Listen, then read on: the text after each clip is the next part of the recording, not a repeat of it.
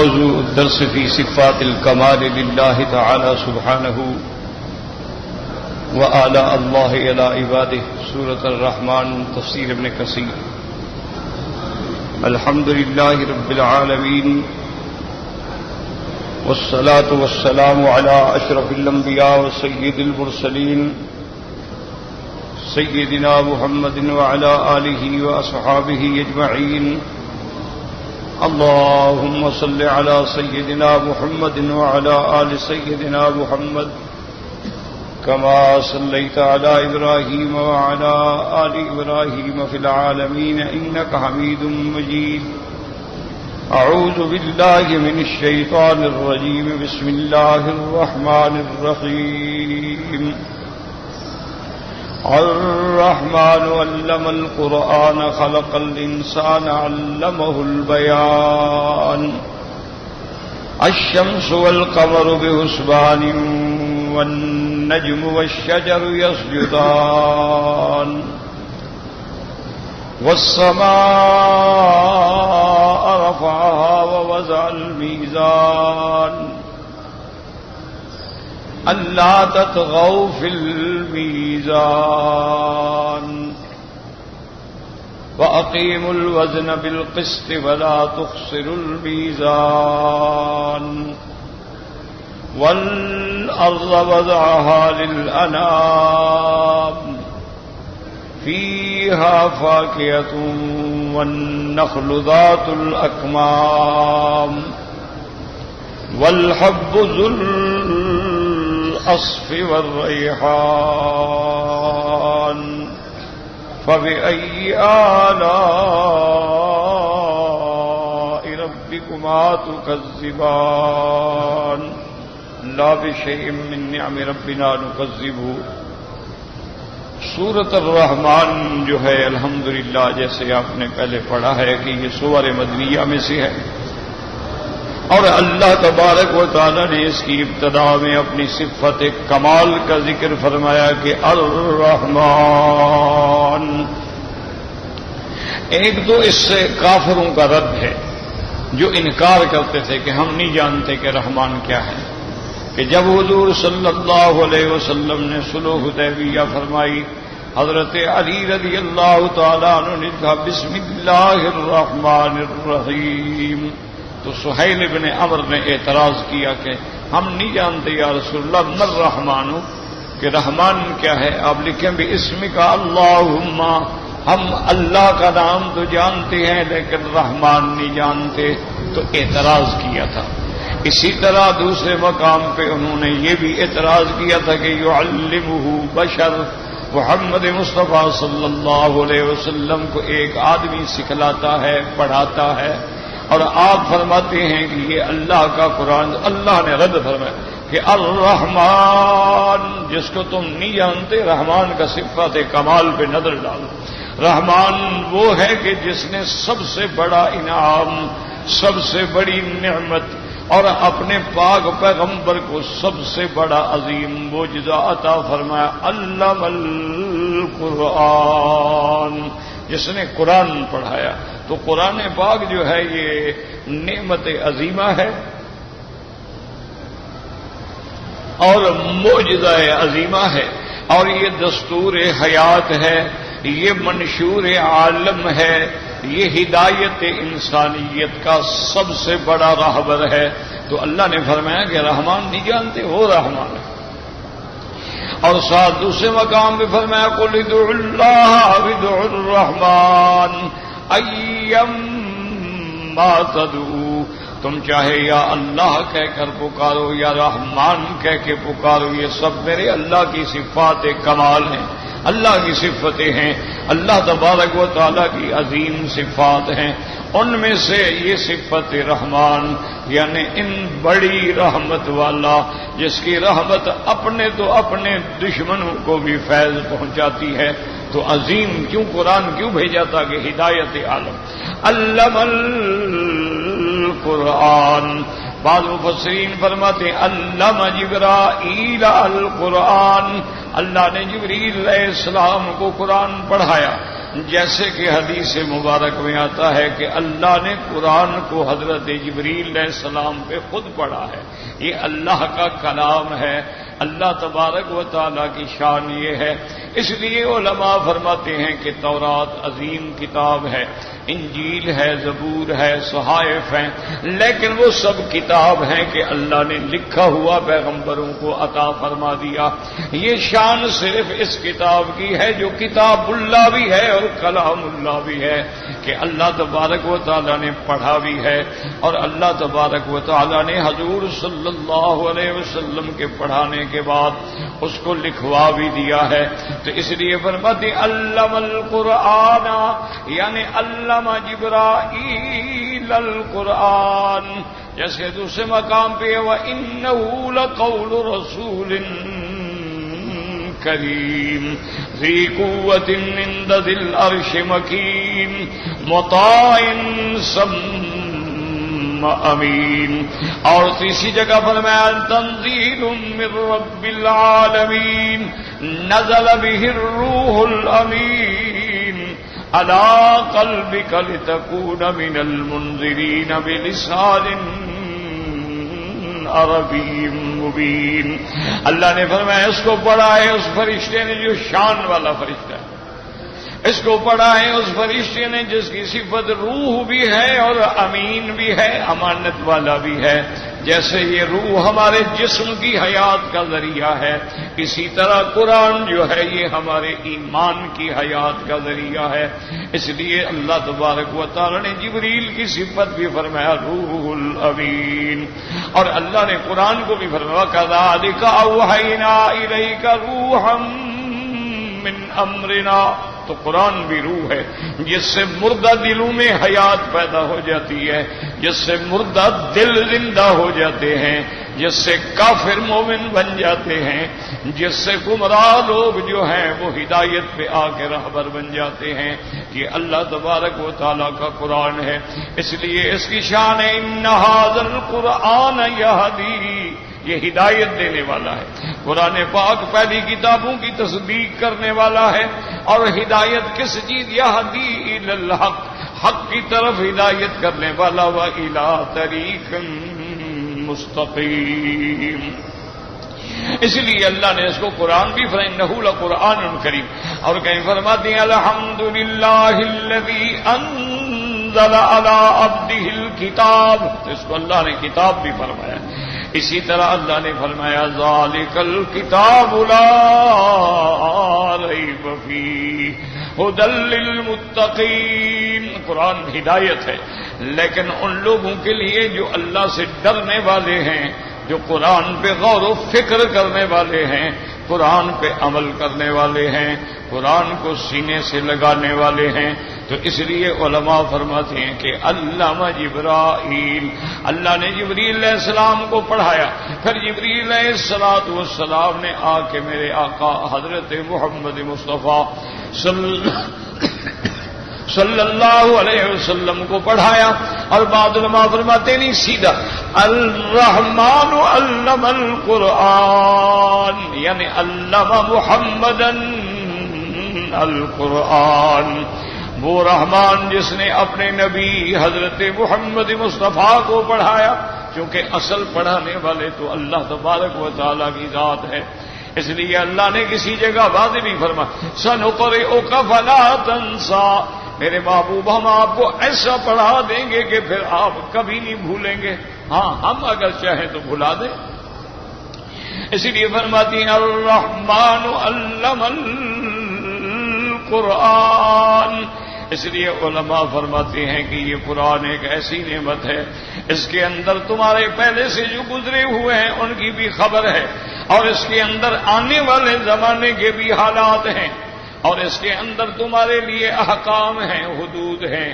اس میں تمہارے لیے نظام عالم ہے، ہدایت عالم کے لیے اس کے تمام احکام ہیں. اس لیے فرماتی ہیں وہ رحمان رحمت والا جس نے قرآن پڑھایا ہے. خلق الانسان، یہ بھی اس کی رحمت ہے کہ اللہ نے انسان کو پیدا فرمایا. یاد رکھو بعض علماء فرماتے ہیں انسان سے مراد حضرت آدم علیہ السلام ہے.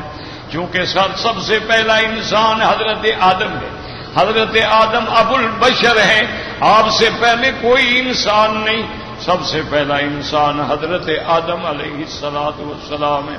پھر آدم علیہ السلام کے بعد بی بی حوا ہے۔ اللہ نے آدم علیہ السلام کو مٹی سے اربع عناصر سے اپنے شان کن فیکون سے پیدا فرمایا۔ پھر اللہ نے بی بی حوا کو سیدنا آدم علیہ السلام کی بائیں پسلی سے زندہ نکالا، اور اس کے بعد اللہ نے آئندہ نظام جو ہے وہ میاں بیوی کے ملنے سے توالد و تناسل کا سلسلہ قائم فرمایا۔ اس لیے اللہ فرماتے ہیں خلق الانسان، اللہ نے انسان کا ذکر کیا، ورنہ ہر چیز کے پیدا کرنے والا اللہ تبارک و تعالی ہے، خالق کل شیء، ہر چیز کا، لیکن انسان کا ذکر کر کے انسان کی عظمت کا اظہار کیا کہ ساری مخلوق میں شان والا جو ہے وہ انسان ہے۔ وَلَقَدْ كَرَّمْنَا بَنِي آدم، اللہ نے بنی آدم کو عزت دی، تکریم دی۔ وَحَمَلْنَاهُمْ عَلَى الْبَرِّ وَالْبَحْرِ، اللہ نے صحراؤں اور دریاؤں کو بھی انسانوں کے تابع کر دیا۔ دیکھو کہیں دریاؤں کو مسخر کر رہے ہیں، کہیں پہاڑوں کی چوٹیوں پہ پہنچ رہے ہیں، اور کہیں زیر زمین اللہ کی نعمتیں دریافت کر رہے ہیں، اور کبھی ہواؤں کو مسخر کر رہے ہیں۔ تو اللہ تبارک و تعالی نے انسان کا اس لیے ذکر فرمایا کہ یہ اللہ کی قدرت کا عظیم نمونہ ہے۔ اور اس کے بعد پھر دیکھیں کہ ایک انسان میں اللہ نے پورا عالم رکھ دیا ہے، اس کے اندر سننے کی بھی قوتیں ہیں، دیکھنے کی بھی قوتیں ہیں، سونگنے کی بھی قوتیں ہیں، چکھنے کی بھی قوتیں ہیں، پکڑنے کی بھی قوتیں ہیں، چلنے کی بھی قوتیں ہیں، اس کے اندر عقل بھی ہے، فکر بھی ہے، شعور بھی ہے، ادراک بھی ہے، اس کے اندر ضمیر بھی ہے، اس کے اندر خیر و شر کی تمییز بھی ہے، وہ فیصلہ کرتا ہے کہ یہ خیر ہے اور یہ شر ہے۔ تو اس لیے اللہ نے نمونے کے اندر انسان کو ذکر فرمایا، خلق الانسان۔ یاد رکھو بعض علماء فرماتے ہیں یعنی آدم علیہ السلام، اور بعض علماء فرماتے ہیں خلق الانسان یعنی حضرت محمد مصطفیٰ صلی اللہ علیہ وسلم۔ وہ کہتے ہیں انسان سے مراد بھی حضرت محمد ہیں، کیوں؟ سب سے پہلے جو قرآن کا ذکر آیا اس کا تعلق حضرت کے ساتھ ہے، اللہ تبارک و تعالی نے۔ اور پھر تمام انسانیت کا سرتاج اور تمام انسانوں میں افضل، اعلی، اجمل، ارفع جو ہے وہ حضرت محمد مصطفیٰ ہے صلی اللہ علیہ وسلم۔ حضرت آدم علیہ السلام ابا ہے، لیکن حضور نے فرمایا اللہ نے مجھے ایسی شان دی ہے کہ قیامت والے دن لواء الحمد فی یدی، حمد کا پرچم میرے ہاتھ میں ہوگا، ابونا آدم تحت لوائی ولا فخر لی، ابا آدم بھی میرے پرچم کے نیچے ہوں گے، ابا ابراہیم بھی میرے پرچم کے نیچے ہوں گے۔ میں فخر نہیں کرتا بلکہ اللہ کی نعمتوں پہ شکر ادا کرتا ہوں کہ اللہ تبارک و تعالی نے، اور خدا کی شان دیکھیں کہ سب سے آخر میں بھیجا اور سب سے اعلیٰ بنا دیا، صلی اللہ علیہ وآلہ آلہ وصحابہ وسلم۔ اس لیے حضور نے فرمایا انا احمد و انا محمد، احمد بھی میرا نام، سب سے زیادہ اللہ کی حمد و ثنا کرنے والا، اور محمد بھی میرا نام جس کی سب سے زیادہ مدح کی گئی ہے، اور میری امت جو ہے اس کا نام بھی حمادون ہے، شکر کرنے والے ہیں۔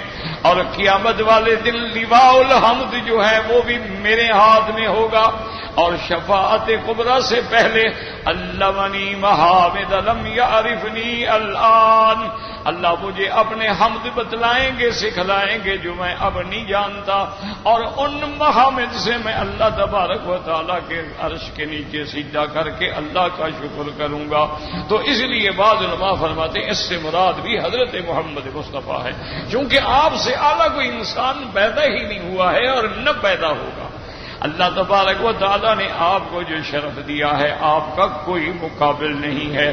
آپ کی شان رسالت، آپ کی شان نبوت، آپ کی شان خاتمیت، آپ کی شان رحمت آپ کی سیرت، آپ کی صورت، آپ کا کردار، آپ کی گفتار، آپ کا پیار، آپ کی محبت، آپ کی عنایت، آپ کی سخاوت دنیا میں کوئی مثال ہی نہیں دے سکتا میرے محمد مصطفیٰ صلی اللہ علیہ وسلم کی. اس لیے بعض علماء فرماتے خلق الانسان یعنی محمد انصر. ایک دوسرا قول. تیسرا قول یہ ہے کہ خلق الانسان جن سے انسان، کہ اللہ نے انسان بنایا. دیکھو انسان جو ہے گویا ایک عالم اصغر ہے. اس لیے اللہ فرماتے ہیں میرے بندے مجھے پہچاننا ہے تو اپنے اندر غور کر لو گے. وفی انفسکم افلا تبصرون. اپنے اندر غور کر لو کہ میں نے کیسے نظام بنا دیا، کیسے تجھے عقل دی ہے، کیسے تجھے فہم دی ہے، کیسے تجھے دیکھنے کی قوتیں دی ہیں، کیسے تمہیں سمجھنے کی قوتیں دی ہیں. جیسے تمہارے اندر میں نے قوات کا اجتماع کر دیا ہے، قوات علمیہ عطا فرمائی، قوات عملیہ عطا فرمائی ہیں، قوات حیوانیہ عطا فرمائی ہیں، قوات ملکیہ عطا فرمائی ہے. سب ایک انسان کے اندر یہ ساری قوتیں ہیں. اور انسان جب ترقی کرتا ہے یاد کرو پھر وہ فرشتوں سے بھی بڑھ جاتا ہے. اور انسان جب کار مذلت میں گرتا ہے تو شیطان سے بھی نیچے چلا جاتا ہے. تو اس لیے بعض علماء فرماتے ہیں خلق الانسان یعنی جن سے انسان. علمہ البیان. یاد رکھو اگر پہلے مراد نے پہلا قول حضرت آدم علمہ البیان کا معنی یعنی جیسے علم الاسماء کلہا، جیسے اللہ نے آدم علیہ السلام کو ہر چیزوں کے نام بتلائے. یاد رکھو نام کا معنی نہیں کہ صرف نام بتلا دیے کہ یہ اینک ہے یہ کتاب، نہ ہی اس کے مفادات، اس کی صفات، اس کے فوائد، اس کے منافع سب کچھ اللہ نے بتلا دیا. یعنی کہ صرف نام بتلا دیے تھے نہیں. نام کا معنی نام یاد رکھنے سے کیا فائدہ ہو جائے گا اگر پتہ نہ ہو کہ بھی نام ہو اینک، لیکن یہ نہیں پتا اینک کیا ہوتی ہے، کیا کرنا ہے، کیسے استعمال ہوگی، تو صرف نام سے کیا فائدہ. اس لیے علماء فرماتے ہیں وَعَلَّمَ آدَمَ الْأَسْمَاءَ كُلَّهَا. اللہ نے ہر تمام اسماء کا علم عطا فرمایا. ہر چیز کا ایک نام ہے اور اس کا کام ہے. تو اس لیے فرماتے ہیں علمہ البیان. اس کا معنی یعنی آدم علیہ السلام کو اللہ نے علم دیا. اور بعض علماء فرماتے ہیں علمہ البیان. اللہ نے آدم علیہ السلام کو 700 زبانیں سکھلا دی. آج دیکھیں نا 1 2 3 4 زبانیں بھی کوئی جانتا ہو تو فخر کرتا ہے. اللہ نے ان کو 700 تاکہ قیامت تک اس کی اولاد میں جتنی زبانیں بولی جائیں گی سب کا اللہ نے آدم علیہ السلام کو علم عطا فرما دیا. جوں جوں اولاد بڑھتی گئی، تبدیل ہوتے گئے، علاقے بدلتے گئے، زبانیں بھی بدلتی گئی. اس لیے علماء فرماتے ہیں علمہ البیان. ایک اچھا دوسرا قول یہ تھا کہ اس سے مراد جو ہے ہر انسان ہے. اگر ہر انسان ہے تو علمہ البیان. علماء نے فرمایا نے اللہ نے انسان کو بولنا سکھلا دیا، لطف عطا فرما دیا. کہ دیکھو بڑے سے بڑا جانور ہے، ہاتھی دیکھو کیسے ایک جیسے کمرہ چلا لیکن بول نہیں سکتا. شیر دیکھو کیسے طاقتور ہے لیکن بتلا نہیں سکتا کہ میں بھوکا ہوں. اسی طرح آپ دیکھیں چیتا ہے اور دنیا کے بڑے بڑے زور آور جانور ہیں لیکن بول نہیں سکتے ہیں. یہ شان فقط انسان کی ہے. اللہ نے اس کو بولنا سکھلا دیا، اس کو حیوان ناطق بنا دیا. یہ اپنے معافی ضمیر کو بولنے کے بعد ظاہر کرتا ہے. تو یہ وہ بیان ہے جو اللہ نے سکھلایا علمہ البیان. اللہ نے ہر انسان کو ایک نطق دیا ہے. اس لیے منطق والے کہتے ہیں کہ کوئی حیوان ساحل ہوتا ہے، کوئی حیوان ناحق ہوتا ہے، لیکن انسان جو ہے یہ حیوان ناطق ہے. یہ واحد حیوان ہے جو بولنا سیکھ. اللہ نے جس کو بولنے کی نعمت عطا فرمائی. اور یہ بولنا کتنی بڑی عظیم نعمت ہے کہ جو تمہارے اندر ہے تم نے بول کے ظاہر کر دیا. اور یہ بولنا کتنی عظیم نعمت ہے کہ کبھی کبھی یہ بولنا ایسے ہوتا ہے جیسے موتی گر رہے ہوں. کلام ایسی ہوتی ہے، بات ایسے ہوتی ہے کہ دوسرے کے دل پہ اثر کر جاتی ہے. تو اس لیے اللہ نے فرمایا خلق الانسان علمہ البیان. بعض علماء نے فرمایا خلق الانسان یعنی محمد صلی اللہ علیہ وسلم تو علمہ بیان کا معنی علماء فرماتے ہیں اللہ نے محمد مصطفیٰ کو پیدا کیا اور آپ کو اللہ نے علوم الاولین والآخرین عطا فرمائے. علمہ الاحکام آپ کو اللہ نے احکام عطا فرمائے. علمہ الحلال والحرام اللہ نے حضور پاک کو علم عطا فرمایا یہ چیزیں حلال ہیں یہ حرام ہیں یہ حدود ہیں یہ احکام ہیں. تو یہ سارا علم جو ہے اللہ تبارک و تعالی نے حضور صلی اللہ علیہ وسلم کو عطا فرمایا ہے. اور یاد رکھیں ساری دنیا سے انبیاء کا علم زیادہ ہوتا ہے اور انبیاء میں سے پھر حضرت محمد مصطفیٰ صلی اللہ علیہ وسلم کا علم زیادہ ہے. لیکن اللہ کے علم کے مقابلے پہ کوئی چیز نہیں ہے.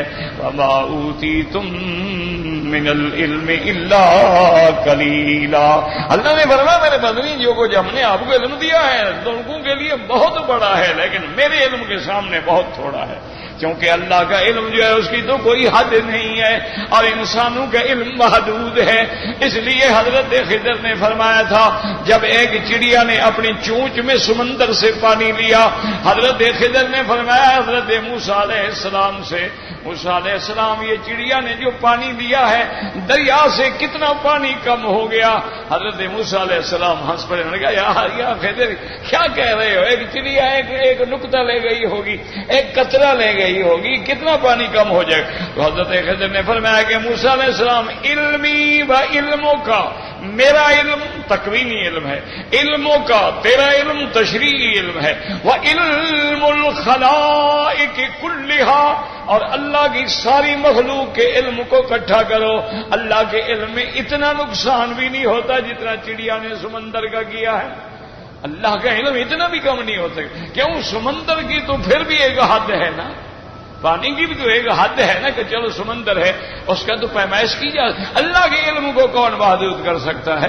اللہ تبارک و تعالیٰ کا علم تو ایسا ہے کہ ان اللہ قد احاط بكل شیء علما یہ اس کا کمال دیکھیں اللہ کی شان ہے. آج ہی میں پڑھ رہا تھا ایک اخبار میں کہ ایک فرانسیسی کوئی بہت بڑا سائنٹسٹ ہے ڈاکٹر ہے سائنسدان ہے بڑا عالم ہے اس نے پانی پہ تحقیق کی ہے تو اس کو ایک مسلمان نے زمزم دیا تھا تو اس نے زمزم پہ جب تحقیق کی ہے اور دنیا کی جدید لیبارٹریوں کے آلات سے جانچا ہے وہ کہتے ہیں میں حیران ہو گیا ہوں کہ ساری کائنات کا پانی جو ہے زمزم نرالا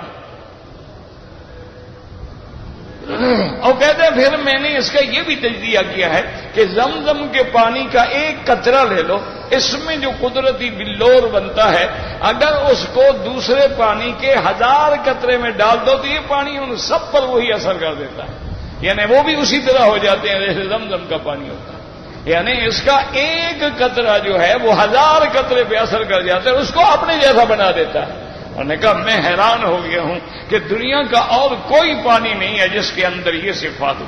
اور اس نے کہا کہ یہ واحد پانی ہے یعنی زمزم کا پانی ہے کہ اس کو ہم جتنی ریسائکلنگ کرتے ہیں لیکن اس کے اندر اللہ نے وہ جو بلور رکھا ہے وہ ختم ہی نہیں ہوتا. تو اس لیے اس نے کہا اور اس نے کہا کہ دوسرا میں نے یہ دیکھا کہ ایک مسلمان کچھ پڑھ کے پانی پہ دم کرا. میں نے کہا کیا یہ کیا کرتے ہو بھائی. اس نے کہا ہم قرآن شریف پڑھتے ہیں اور اس کی آیات دم کر دیتے ہیں بیماریوں کے لیے اس کے لیے. میں نے کہا یار یہ وہ کرنے سے کیا ہو جاتا ہے بھائی قرآن تم نے پڑھا ہے پانی سامنے رکھا ہے اور پڑھ کے تم نے تو اس میں قرآن شریف کیسے اس میں چلا گیا. ہم نے کہا یار تو مسلمان بھی عجیب قوم ہو. انہوں نے کہا مجھے سمجھ نہیں آتا ہے کہ تم نے قرآن پڑھا ٹھیک ہے آگے پانی رکھا اس میں تو اس ہوا میں قرآن شریف اندر چلا گیا اس کے. میں نے کہا ابھی ہم نے تو اسی طرح پڑھا ہے حدیث میں بھی ہے اور علماء بھی کہتے ہیں. اور اس نے کہا اچھا ایسا کرو 2 بوتلیں لے آؤ. 2 بوتلیں لے آیا ایک میں دونوں میں پڑھی. اس نے کہا اچھا ایک میں تم پڑھو. میں نے پڑھا، اس نے کہا اس پہ نہ پڑھو، اس نے کہا پھر میں دونوں کو لیبارٹری میں لے گیا، اس نے کہا خدا کی شان ہے جس پہ اس نے قرآن پڑھا تھا اس کے اندر اللہ نے اثرات ہی بدل دیے۔ اب میں حیران ہو گیا، بھئی اس میں تو نہیں ہے، اس میں تو اس نے پھونک نہیں ماری، اس میں کچھ نہیں، اس میں جو پھونک ماری ہے اس کے قرآن کے اثرات جو ہے اس پانی میں آ گئے۔ اور نے کہا اس کو پھر میں نے متعدد بار یعنی چیک کیا ہے کہ پتہ نہیں میں بھول گیا ہوں، مجھ سے غلطی ہو گئی ہو، سمجھنے کے اندر دھوکہ ہو گیا، لیکن میں جب بھی آزماتا رہا پھر میں نے کہا کہتے ہیں میں نے خود بھی تجربہ کیا کہ بسم اللہ الرحمن الرحیم تو پانی بدل گیا۔ تو اس کے بعد مجھے سمجھ آیا کہ اللہ تبارک و تعالیٰ نے کیسی عظیم نعمت عطا فرمائی۔ اس لیے بعض علماء فرماتی ہیں کہ اللہ تبارک و تعالیٰ نے حضور صلی اللہ علیہ وسلم علمہ البیان، آپ کو وہ علوم دیے جو کائنات جانتی نہیں ہے۔ ایمان سے کہیں سرزمین مکہ میں پیدا ہونے والا نبی، آمنہ کے گھر میں پیدا ہونے والا لال، جو کسی مدرسے میں نہیں گیا ہے، وہ آسمانوں کی اور جنت کی اور آدم کی اور حوا کی خبر دے رہا ہے۔ دیکھیں نا اصولی بات ہے، اگر اللہ قرآن میں حضرت آدم اور حوا کا ذکر نہ فرماتے، ایمان سے کہیں کسی کو پتا ہوتا؟ کوئی دنیا کا علم جو ہے بتلا سکتا کہ آدم کیسے پیدا ہوا؟ کوئی دنیا کا علم بتلا سکتا تھا کہ آدم کو فرشتوں نے سجدہ کیا؟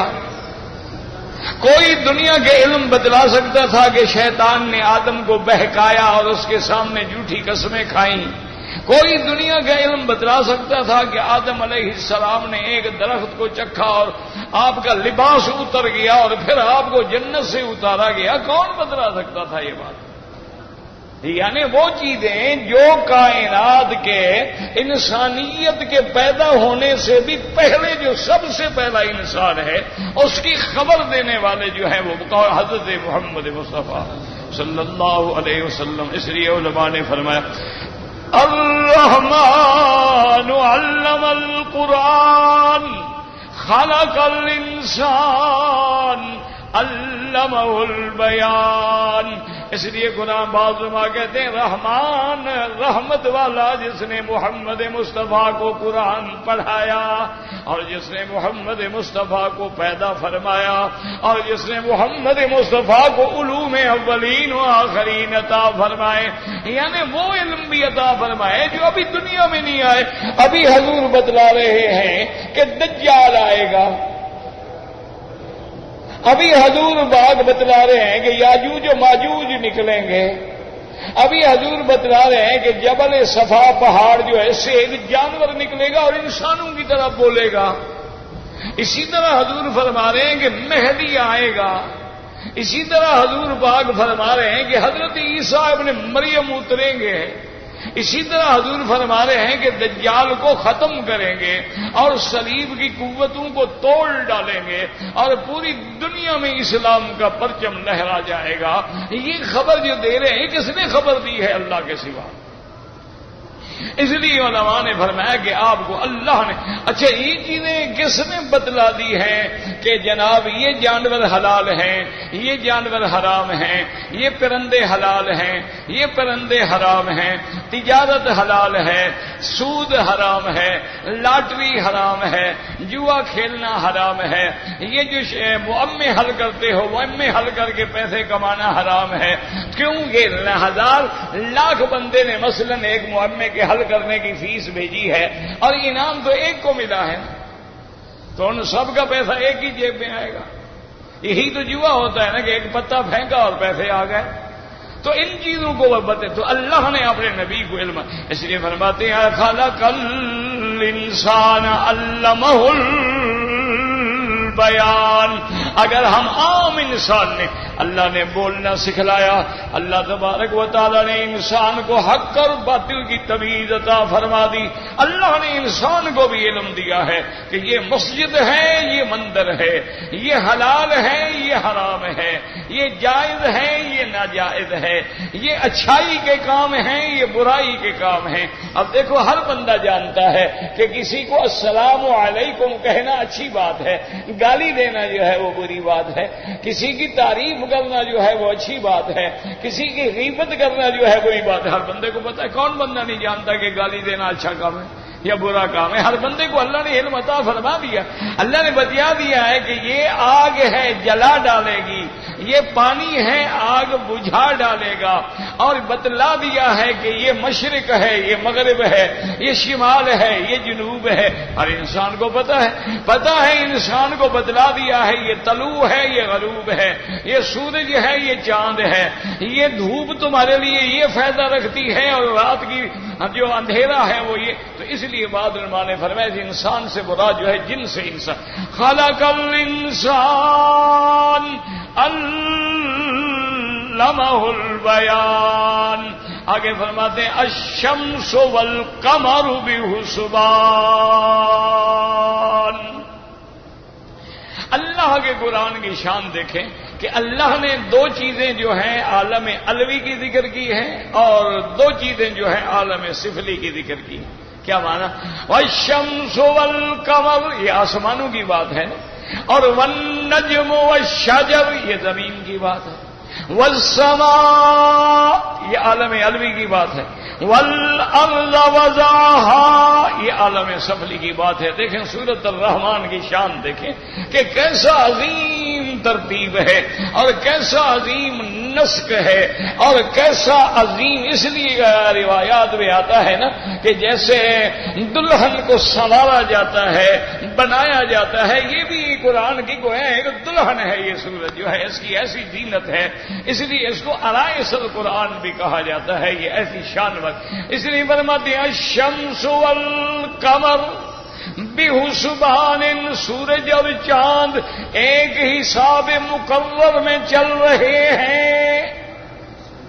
الشمس، اچھا یاد رکھیں سورج کا ذکر مقدم ہے اور چاند کا ذکر جو ہے مؤخر ہے۔ اللہ نے فرمایا الشمس والقمر، اس سے معلوم ہوا کہ سورج زیادہ قوت والا ہے، زیادہ نور والا ہے، زیادہ طاقت والا ہے، اور چاند اس کے نور کا محتاج ہے، لیکن سورج جو ہے وہ چاند کے نور کا محتاج نہیں ہے۔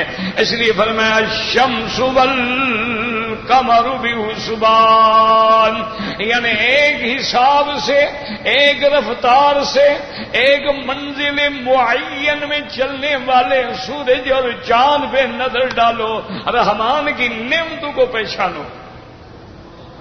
کیوں؟ جیسے اللہ فرماتے ہیں والقمر قدرناہ منازل حتی عاد کالعرجون القدیم۔ اللہ نے چاند کی بھی منزلیں ہیں، یاد رکھو اس کی 28 منزلیں ہوتی ہیں، 28 کے بعد چاند ڈوب جاتا ہے، پھر اس کے بعد ظاہر ہوگا یا 29 کا ہوگا یا 30 کا ہوگا، نیو مون جب پیدا ہوگا۔ اور سورج جو ہے اس کی 360 منزلیں ہیں، یعنی 360 دن ہیں اور 360 اس کی منازل ہیں، اور سورج اور چاند جو ہے اپنے اپنے مدار میں، اپنے اپنی رفتار میں، اپنے اپنے راستے میں، اپنے اپنے ابراج میں چل رہے ہیں۔ اس لیے اللہ فرماتے ہیں الشمس ينبغي لها ان تدرك القمر ولا الليل سابق النهار۔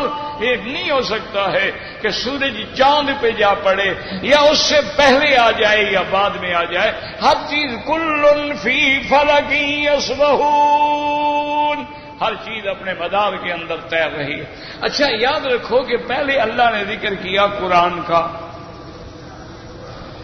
قرآن کے بعد ذکر کیا تخلیق انسان کا، تخلیق انسان کے بعد اللہ نے ذکر کیا تعلیم بیان کا۔ یہ دیکھیں نا، اس پہ غور کریں کہ پہلے کیا آیا؟ تعلیم قرآن، تعلیم قرآن کے بعد کیا آیا؟ تخلیق انسان، تخلیق انسان کے بعد کیا آیا؟ علمہ بیان. اب آگے الشمس والقمر بحسبان، تو اس کا کیا مقصد ہے؟ بات کو سمجھیں، اللہ کے قرآن کو سمجھا کریں اور دعا کرو اللہ ہمیں قرآن پڑھنے، پڑھانے، سمجھنے، سمجھانے اور اس پہ عمل کرنے کی توفیق عطا فرمائے، اور قیامت میں قرآن ہماری شفاعت کرنے والا ہو، قرآن ہمیں راہ دکھانے والا ہو، قرآن ہمیں راستہ دے کے جنت میں پہنچانے والا ہو. اللہ قرآن کو قیامت میں ہمارے لیے گواہ بنائے، ہمارے اوپر نہ گواہ بنا دیں. اس لیے حضرت عمر اور صحابہ کہتے تھے لوگوں قرآن پڑھو، قرآن کی پیروی کرو، قبل اس کے کہ پھر قرآن تمہارے اوپر گواہ نہ بن جائے کہ قیامت میں قرآن کہے گا نا مولا رب اتخذوا هذا القرآن مہجورا، مولا یہ وہ بندے ہیں تیرے جنہوں نے قرآن کو چھوڑ دیا تھا. اور آج بھی دیکھ لیں کہ دنیا میں قرآن پہ عمل کرنے والے کتنی ہیں اور قرآن کو چھوڑنے والے کتنی ہیں. اسی لیے کسی شاعر نے کہا تھا نا کہ قرآن بھی اللہ کے دربار میں فریاد کرے گا کہ میرا مولا طاقوں میں سجایا جاتا ہوں، دھو دھو کے پلایا جاتا ہوں. مجھے آپ نے اسی لیے بھیجا تھا کہ ریشمی غلافوں میں بند کر کے مجھے اونچی جگہ پہ رکھ دیا جائے. مجھے آپ نے اسی لیے بھیجا تھا کہ لوگ لکھ لکھ کے کاغذوں پہ دھو دھو کے تعویذ بنا کے پلاتے رہیں. آپ نے مجھے اسی لیے بھیجا تھا کہ جب کوئی مر جائے تو اس کے اوپر ہیلا و صدقہ و اسقاط کیا جائے. مجھے آپ نے زندوں کے لیے بھیجا تھا کہ مردوں کے لیے بھیجا تھا؟ مجھے اس لیے بھیجا تھا کہ کوئی بڑا آدمی مر جائے تو اس کی قبر پہ خیمہ لگا دو اور قاری بٹھا دو کرائے والے اور قرآن پڑھتے رہیں. تو اس لیے یاد رکھیں کہ اللہ نے یہاں دیکھو تعلیم قرآن مقدم ہے اور تخلیق انسان مؤخر ہے. یعنی اللہ نے پہلے فرمایا کہ ہم نے قرآن پڑھایا، پھر فرمایا ہم نے انسان بنایا. تو جب انسان بنے گا نہیں تو قرآن کون پڑھے گا؟ بھئی پہلے بچہ پیدا ہوگا تو پڑھنے جائے گا نا، پیدا ہونے سے پہلے تو نہیں پڑھنے چلا جائے گا نا. تو اب اصولاً تو یہ تھا نا کہ اللہ فرماتے ہم نے انسان بنایا، پھر اس کو ہم نے قرآن پڑھایا.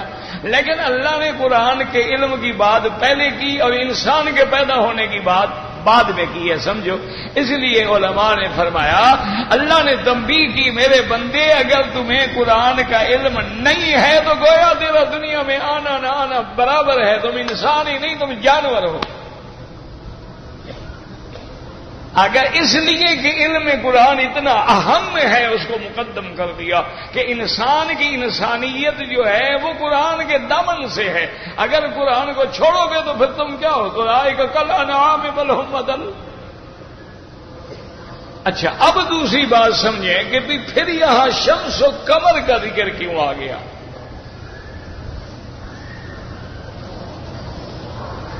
اس کے دو جواب دیے ہیں علماء نے، یاد رکھ لو. اس کا ایک جواب جو علماء نے دیا ہے نا کہ اللہ اپنی نعمتیں گنوا رہے ہیں نا کہ ہم نے قرآن پڑھایا، ہم نے انسان بنایا، ہم نے بولنا سکھلایا. تو وہاں اللہ نے ان نعمتوں کا بھی ذکر کیا ہے کہ جیسے ہر بندے کو بولنے کا پتہ ہے، ہر بندے کو سورج کا بھی پتہ ہے اور چاند کا بھی پتہ ہے. تو یہ کتنی عظیم نعمت ہے کہ جب سورج نکلتا ہے، اب دیکھو رات ہے، اس رات کو روشن کرنے کے لیے صرف حرم میں دیکھو کتنی بتیاں اور لائٹیں جل رہی، لیکن جب سورج نکلے گا تو ان سب لائٹوں کی کوئی ضرورت ہے؟ سورج آ گیا یہ سارے بے نور ہو گئے. اس لیے یہ کھلی ہوئی نشانیاں ہیں. اچھا بھئی چاند ہے تو اب چاند کے بھی اپنے مفادات ہیں کہ سمندر کا مد و جزر کا تعلق بھی چاند سے ہے، اور تیری بہت ساری نباتات ہیں، پھول ہیں، پودے ہیں، بعض چیزیں ہیں جو رات کی چاندنی کے اندر نشو و نما پاتی ہیں. اس لیے اللہ نے ذکر کر دیا. اور بعض علماء نے اس کا دوسرا جواب دیا. انہوں نے کہا اصل بات یہ ہے کہ جیسے حضرت ابراہیم علیہ السلام کا مناظرہ ہوا تھا نمرود سے، تو نمرود نے پوچھا تھا نا کہ ابراہیم علیہ السلام تمہارا خدا کیا کرنے کا؟ فرمایا ربی الذی یحیی و یمیت، میرا خدا جلاتا بھی ہے اور مارتا بھی ہے۔ تو اس نے کہا یہ کون سی بڑی بات ہے، انا احیی و امیت، میں بھی مارتا ہوں جلاتا ہوں۔ اس نے ایک قیدی جس کو سزائے موت ہوئی تھی جاؤ وہی چھوڑ دیا، انہوں نے کہا دیکھو اس کو میں نے جلا دیا، اور ایک بندے کو بلا کے گردن اڑا دیا، دیکھو اس کو میں نے مار دیا، تو مارتا جلاتا تو میں بھی ہوں، تو لہذا میں بھی خدا ہوا۔ تو حضرت ابراہیم علیہ السلام سمجھ گئے کہ کرسی پہ تو بیٹھا ہے لیکن عقل سے کورا ہے، سمجھا ومجھا کچھ نہیں ہے۔ کسی چیز کو پیدا کرنا، کسی کا مارنا وہ الگ چیز ہے، کسی کو ڈنڈا مار کے مار، اس طرح تو ہر بندہ دوسرے کو ڈنڈا مار کے مار دے دیا تھا، وہ بھی خدا ہو گیا۔ کتنے خدا بناؤ گے؟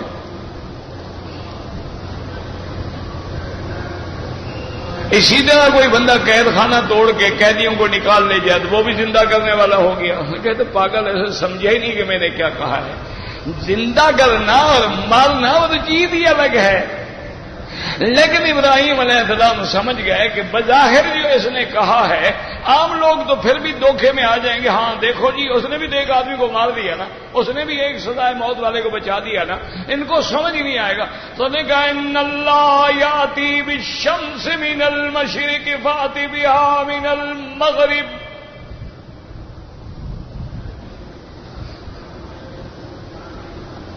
تو حضرت ابراہیم علیہ السلام نے فرمایا کہ نمرود بات سنو، میرا خدا جو ہے وہ سورج کو مشرق سے نکالتا ہے اور مغرب کی جانب غروب ہوتا ہے، تم اگر خدا ہو تو اس کو مغرب سے الٹا نکالو مشرق کی طرف۔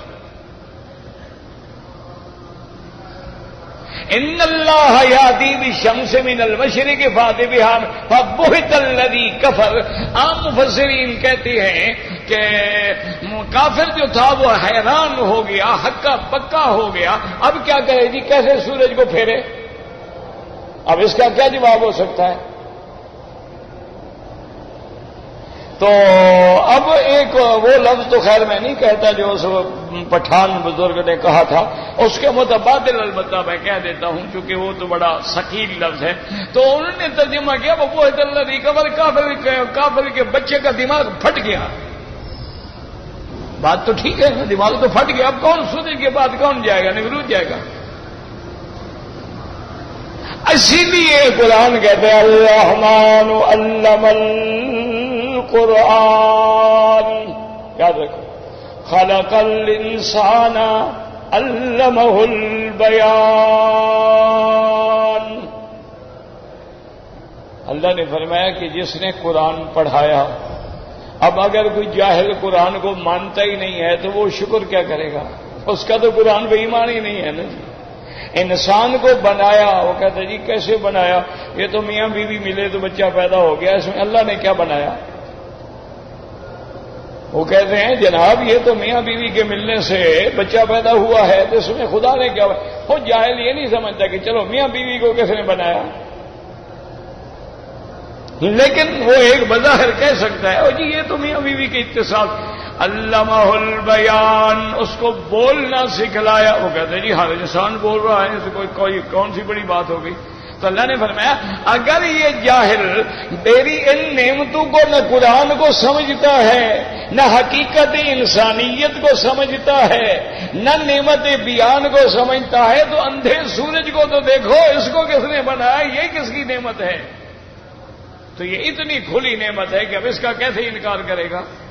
اس لیے فرمایا الشمس والقمر بحسبان، اور پھر ایک تو اس کو منور کرنا، روشن کرنا بھی اس کا کمال ہے، پھر ایک حساب مقرر پہ چل رہے ہیں، مجال ہے کہ ایک سیکنڈ کی بھی غلطی ہو، تیری گھڑیاں غلط ہو جاتی ہیں، تیرے حساب غلط ہو جاتے ہیں، لیکن اللہ کا جو نظام ہے، جو بنا دیا ہے، اس میں چل رہے ہیں۔ اسی لیے فرمایا اللہ نے تاکہ اگر کوئی عقل کا اندھا چھوٹی موٹی نعمتوں کو بھی باریک عقل نہیں ہے تو سورج کو تو دیکھ کے بتلاؤ نے کس نے منور کیا؟ تم نے اس کو منور کیا؟ تم اس کو روشن کرتے ہو، تم جلانے جاتے ہو، تم بجھانے جاتے ہو، تم نکالنے جاتے ہو، تم غروب کرنے کے لیے جاتے ہو، تو ماننا پڑے گا تجھے کہ وہ رحمان ہے، یہ بھی اس کی رحمت ہے، کبھی دن ہے، کبھی رات ہے، کبھی سردی ہے، کبھی گرمی ہے۔ اگر یہ نہ ہو تو نظام عالم ہی درہم برہم ہو جائے۔ اس لیے اللہ نے ان نعمتوں کو ذکر کیا، فرمایا الشمس والقمر بحسبان والنجم والشجر يسجدان۔ یاد رکھو، نجم مانا وہ چیزیں جو مثلا زمین پہ پڑی ہوتی ہیں۔ آپ نے دیکھا ہے نا جی، خربوزہ ہے، آپ نے دیکھا ہے تربوز ہے، آپ نے دیکھا ہے انگوروں کی بیلیں ہیں، آپ نے دیکھا ہے کدو کی بیلیں ہیں، اور کئی چیزیں ہیں جو زمین پہ پھیلتی جا رہی ہیں، زمین پہ پڑی ہوئی ہیں، اور بعض چیزیں ہیں جو ساگ پہ کھڑی ہیں، جیسے گندم ہے، جو ہے، درخت ہیں، کھجور ہے، وہ ان کی باقاعدہ ایک بنیاد ہے۔ اللہ تبارک و تعالی نے فرمایا میرے بندے، اگر تو میری ان نعمتوں کا شکر نہیں کرے گا، میری قدرت کو تو کوئی نقصان نہیں، میرے لیے تو ہر درخت بھی سجدہ کر رہا ہے، مجھے کیا تکلیف ہے؟ النجم والشجر، اچھا جو زمین پہ پڑی ہے گویا وہ تو سجدے میں پڑی ہی ہے نا۔ اچھا جو درخت کھڑے ہیں تو ان کا اصل کی طرح زمین میں ہے اور شاخیں کی طرح اوپر ہے، تو گایا سر ان کا زمین میں ہے، گویا وہ بھی سجدے میں پڑی ہے نا۔ ہر چیز کسی نہ کسی حالت میں اللہ کا سجدہ کر رہی ہے نا۔ النجم والشجر يسجدان، کہ وہ درخت، وہ چیزیں جو زمین پہ پھیلی ہوئی ہیں اور وہ جو تنے پہ کھڑی ہیں، سب اللہ کے آگے جھکنے والی ہیں، سجدہ کرنے والی ہیں، اللہ کے آگے خشوع و خضوع کرنے والی ہیں۔ کیسے سجدہ کرنے والی ہیں؟ بعض علماء نے فرمایا کہ منع یعنی ان کا وجود جو ہے وہ اللہ کی وحدانیت اور خالقیت پہ دلالت کر رہا ہے، کہ جب ہم دیکھتے ہیں کہ یار اتنا پودا ہے، اس پہ کیسے پھول کھلے ہیں، اچھا کہیں گلاب ہے، کہیں پیلا ہے، کہیں کالا ہے، کہیں لال ہے، اور پھر ہر پتی کے اندر ایک پتی ہے، پھر کیسے وہ بند کھڑا ہوتا ہے، پھر کیسے وہ کھلنا شروع کرتا ہے۔ تو جس چیز پہ نظر ڈالیں گے ہمیں ماننا پڑے گا کہ وہ رحمان ہے۔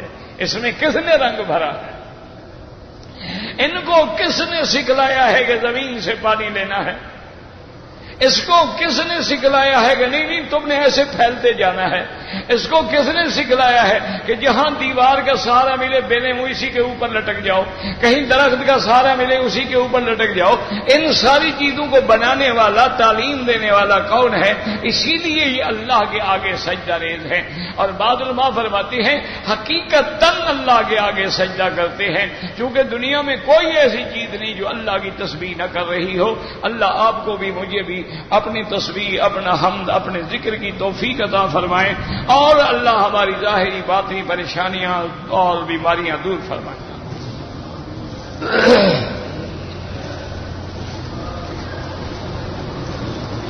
کہتے جی کہ ہم حج ٹرمینل جدہ پہ کام کرتے ہیں، تو میرے بھائی آپ حج افراد کا احرام باندھیں، وہ آپ کے لیے زیادہ بہتر بھی ہے اور زیادہ آسان بھی ہے، کہ آپ کو عمرہ نہیں کرنا ہوگا، آپ کو کچھ بھی نہیں کرنا ہوگا۔ طواف کیا، اگر صفا مروہ دوڑ لو گے تو پھر حج سے واپس آگے نہیں دوڑنی پڑے گی، تو آپ کے لیے آسانی بھی ہے۔ پھر اس میں قربانی بھی واجب نہیں ہے، بکری بھی واجب نہیں ہے، کنکریاں ہماری سر منڈایا، احرام کھول دیا، آپ ڈپٹی والے لوگ ہیں، تو آپ لوگوں کے لیے حج افراد جو ہے ویسے بھی مکے والا ہے، یا داخلی مواقیت جو ہیں ان کے لیے حج افراد ہوتا ہے، اور تمتع اور قران ان کے لیے ہوتا ہے جو میقات کے باہر سے آتے ہیں۔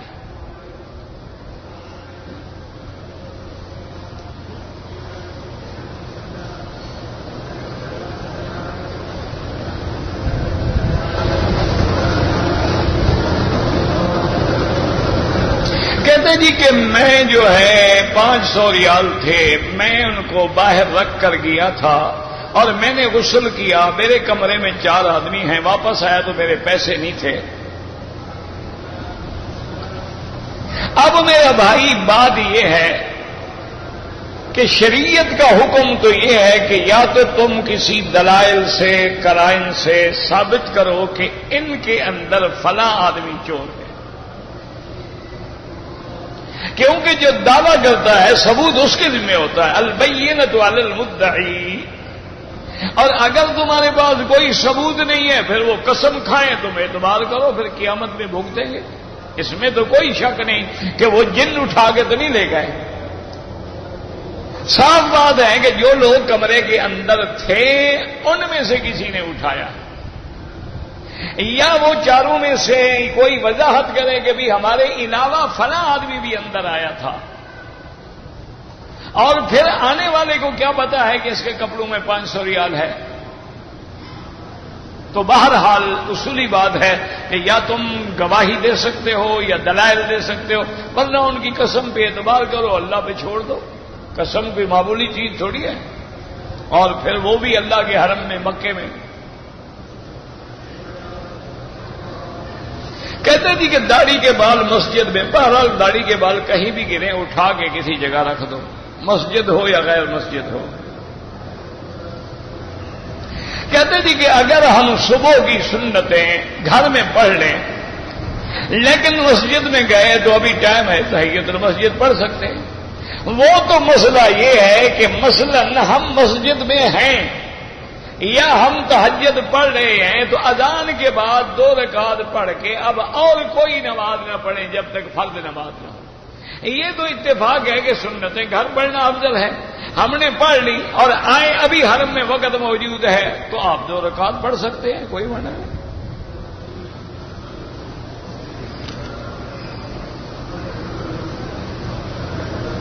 کہتے ہیں جی کہ کسی مسئلے پر ہمیں شیطان وسوسے ڈالتا ہے تو ہم آپ سے مسئلہ پوچھتے ہیں، آپ ناراض ہوتے ہیں۔ شیطان کے وسوسے ڈالنے کا تعلق مولوی مکی سے پوچھنے سے تو ہے ہی نہیں، اسی لیے میں ناراض ہوتا ہوں نا۔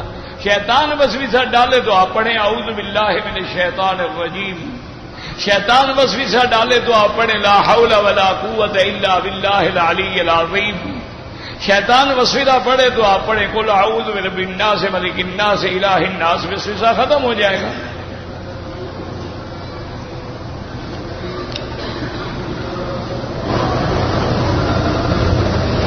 میرا بھائی بات سنو کہ یہ لوگوں نے مشکل یہ ہوتی ہے کہ بہت سارے مسئلے ہم خود بھی بناتے ہیں کہ جی اس مہینے میں اگر عمرہ کرو گے تو حج لازمی ہوگا، یہ بھی مسئلہ ہم نے بنایا ہے۔ زندگی میں حج ایک دفعہ اللہ نے فرض کیا، اب میں ایک دفعہ حج کر چکا ہوں، میری مرضی نہ کروں گا تو نفلی حج ہے۔ تو اگر میں نے حج کیا ہوا ہے اور مجھے موقع مل رہا ہے، میں عمرہ کر سکتا ہوں تو کیوں نہ کروں عمرہ؟ یہ ضروری نہیں ہے کہ میں اب عمرہ کروں گا تو لازم حج کروں، یہ تو کہیں نہیں لکھا ہوا۔ اچھا ایک آدمی ہے بیچارہ چھٹی پہ جا رہے ہیں، آپ کہتے ہیں وہ عمرے سے بھی محروم ہے، عمرہ کرو، چلے جاؤ، اس کا تو اس سے کوئی تعلق نہیں ہے۔ وہ تو اگر کوئی آدمی تمتع کی نیت کر کے اپنے ملک سے آ رہا ہے اور اس نے عمرہ کیا ہے تو اسی سال وہ حج بھی کرے گا۔ یہ مانا نہیں کہ ہر بندہ جو بھی عمرہ کرتا جائے اس کے ذمہ حج ہو گیا۔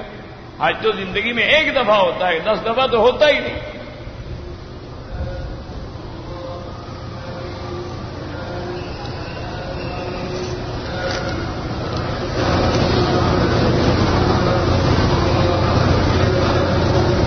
کہتے ہیں جی کہ اگر کسی آدمی نے اپنی بیوی کو غصے میں کہا کہ اگر میں تمہارے ساتھ ہم بستری کروں تو تجھے طلاق، تو حنفی مسلک میں تو طلاق ہو جائے گی، لیکن وہ رجی ہوگی پھر رجوع کر دو بس۔ لیکن بہتر یہ ہے کہ اس قسم کے مسائل جو ہیں دارالافتاء سے جا کے پوچھا کرو۔ کہتے ہیں جی کہ دیور جو ہے اپنی بھابھی کو زکوٰۃ دے سکتا ہے، بھابھی کو کیوں ذرا دینے کا شوق ہو رہا ہے؟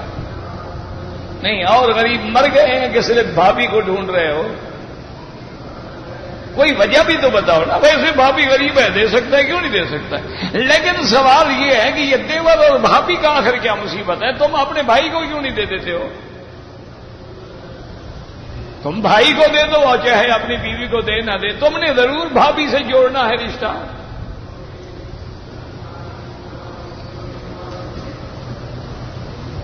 کہتے ہیں جی کہ میں نے طواف کرنے کے بعد جب صفا مروہ دوڑا تو میرا وضو نہیں تھا، کوئی بات نہیں، صفا مروہ ہو جاتا ہے، بغیر وضو کے بھی ہو جاتا ہے، لیکن بہتر یہی ہے میرا بھائی کہ وہ بھی تو ایک مشعر عظیم ہے نا، کوشش کیا کرے، وضو نہیں ہے جاؤ وضو کر کے آ کے پھر شروع کر دو، کوئی مسئلہ ہی نہیں، ویسے اگر کر لیا تو ہو جائے گا۔ کفن کو زمزم سے دھونا کوئی نہ حدیث میں ہے نہ اللہ کا حکم ہے اور نہ صحابہ نے کبھی ایسا کیا، یہ تو ہم لوگوں نے ایک تخیل بنایا ہے کہ بھئی برکت والا پانی ہے، لیکن میرا بھائی نہ کفن چھڑوائے گا نہ زمزم چھڑوائے گا، دعا یہ کرو خاتمہ ایمان پہ ہو بس۔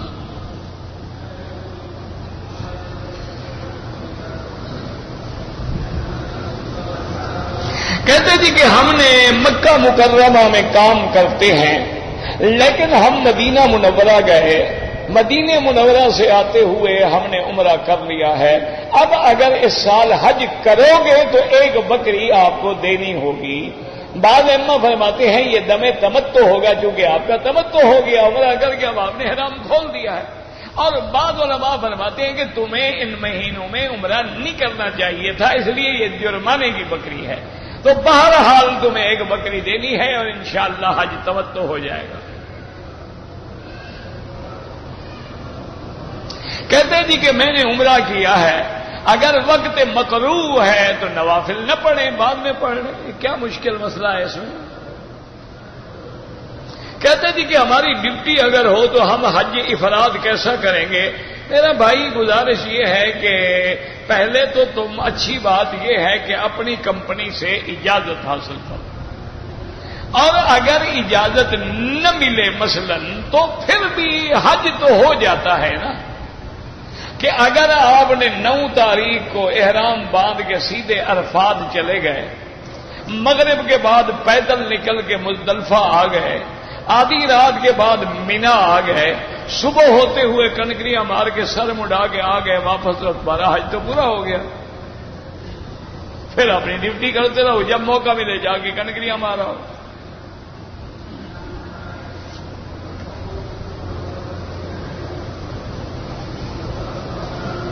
بہرحال آپ نے شوال میں عمرہ کیا ہے تو آپ کا حج انشاءاللہ تمتع ہی ہوگا۔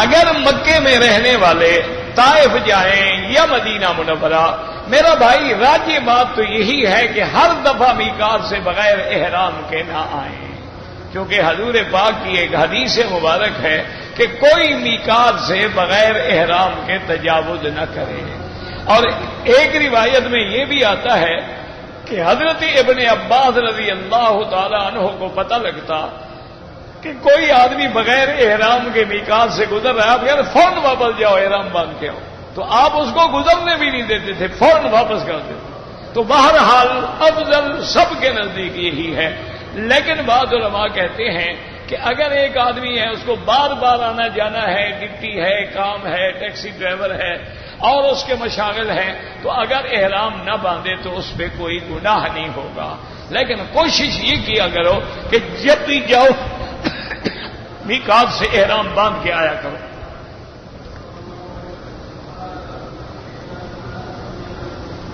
میرا 10,000 ریال گم ہو گیا ہے، کمرے میں 4 آدمی رہتے ہیں، تو آپ جانے وہ جانے، اس میں ہم کیا کر سکتے ہیں؟ یا تم ثابت کرو یا وہ قسم اٹھائیں۔ کہتے جی کہ میں مکہ مکرمہ میں رہنے والا ہوں، میں نے اپنا حج کیا ہوا ہے، میں اگر اپنے دادا یا دادی کا حج کروں بالکل حج بدل کر سکتے ہیں، اور آپ کا حج افراد ہوگا، مکے میں رہنے والوں کا تو حج ہوتا ہی افراد ہے۔